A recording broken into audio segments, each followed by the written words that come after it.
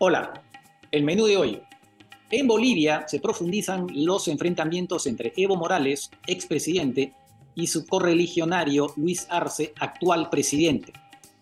Ambos obviamente quieren postular el 2025 y la batalla está que ruge entre ambos protagonistas. 2. Israel otra vez lanza un operativo militar en Cisjordania. La pregunta es si ese operativo obedece a razones puramente militares o a motivaciones políticas. Hablemos del Mundo es auspiciado por Teje Láser Oftálmica. Teje Láser Oftálmica, comprometidos con tu visión. Soy Francisco Belaunde, bienvenidos a una nueva edición de Hablemos del Mundo. Cuidarse de Lucho Arce. Y les pido a los dirigentes, sanos, honestos, no son prevenal, cuídense de Lucho Arce, por favor, hace seguimiento. No hay otro camino, cuidarnos, ¿qué vamos a hacer? ¿Qué pretenderán? ¿Estarán siguiendo para amedrentar, para hacer algún montaje? Pero ese video que les comentaba, Evo, rey de cocaína. Han escuchado ustedes al expresidente de Bolivia, Evo Morales, despotricando del actual gobierno, en principio su aliado. Y efectivamente, la pugna entre Evo Morales, presidente del MAS, el partido del gobierno, Movimiento al Socialismo, y Luis Arce, su correligionario, actual presidente, se va profundizando. La semana pasada, en el Congreso boliviano, hubo una alianza entre diputados del MAS pro Evo y la derecha, la oposición. Y entre ellos censuraron al ministro de Gobierno, Eduardo del Castillo, que viene a ser el ministro del Interior en nuestro país.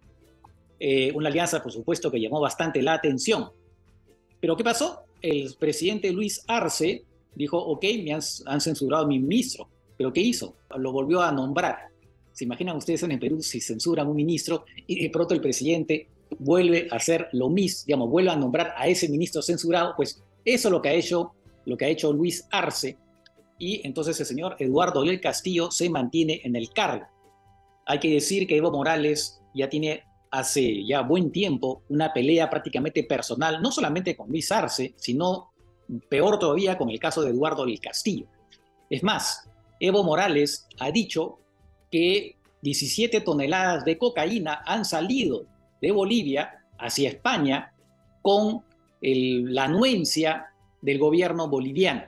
Ustedes recordarán ese escándalo hace unas semanas de un avión de una empresa aérea estatal de Bolivia en la que se descubrió que había droga que fue encontrada en España. A raíz de eso es que Evo Morales está, digamos, acentuando sus ataques hacia el gobierno, diciendo que es un gobierno que de alguna manera trabaja para los narcotraficantes. Por supuesto, el propio Evo Morales también es señalado por algo similar, porque él viene de la zona del Chapare, donde se produce bastante coca. Por cierto, la cantidad de superficie de coca cultivadas han aumentado en Bolivia. Y todo esto en un marco en que la situación económica boliviana, como hemos visto en otras ocasiones, sigue agravándose con pérdida de reservas y un crecimiento cada vez más frágil y precario. Así que bueno, en medio de todo esto, claro, lo que pasa es que Evo Morales quiere postular a la presidencia en 2025, quiere ser nuevamente presidente. Y por supuesto, Luis Arce quiere presentarse a la reelección. La pregunta va a ser si Evo Morales va a ir hasta expulsar a Luis Arce del partido. ¿Se imaginan? Entonces, habría pues una candidatura aparte de Luis Arce que eventualmente tendría que formar un nuevo partido. Así de grave están las disputas internas dentro del movimiento al socialismo MAS de Bolivia.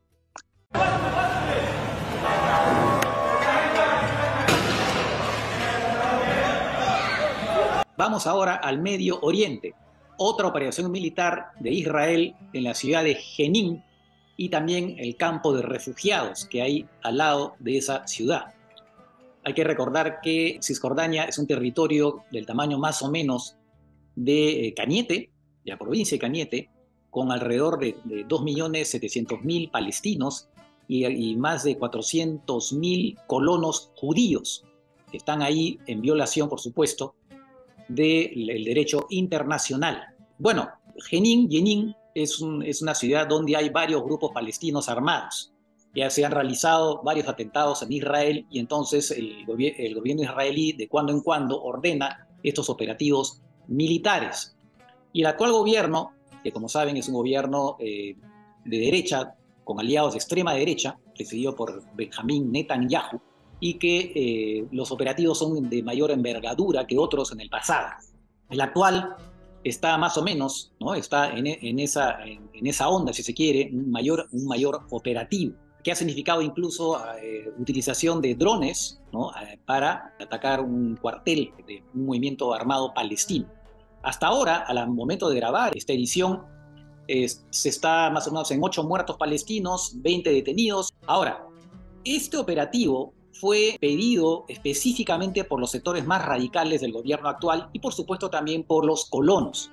En cambio, en el ejército son mucho más prudentes. Ellos siempre temen que al final estos operativos no van a cambiar mucho las cosas en el terreno, ¿no? Y que más bien si hay demasiados muertos palestinos, eso podría desencadenar reacciones en otras partes de Cisjordania e incluso desde Gaza o incluso desde el sur de Líbano con el movimiento Hezbollah. Entonces el ejército israelí en general es muy prudente y si bien es verdad que los ministros más extremistas de Israel han dicho que este es un operativo que va a cambiar la lucha contra el terrorismo, pues en el ejército ni siquiera le han dado un nombre al operativo, ¿no?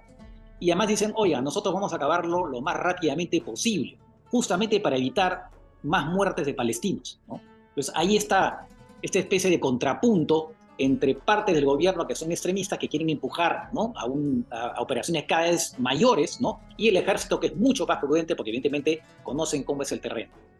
El problema adicional es que este tipo de operativos debilitan aún más a la Autoridad Nacional Palestina, que es este organismo que se creó tras los acuerdos de Oslo de 1993, por el cual los palestinos reconocían al Estado de Israel y a cambio Israel permitía la instauración de un gobierno palestino en parte mínima de Cisjordania, mientras se veían las negociaciones para la creación de un futuro Estado palestino, que a estas alturas pues parece casi utópico.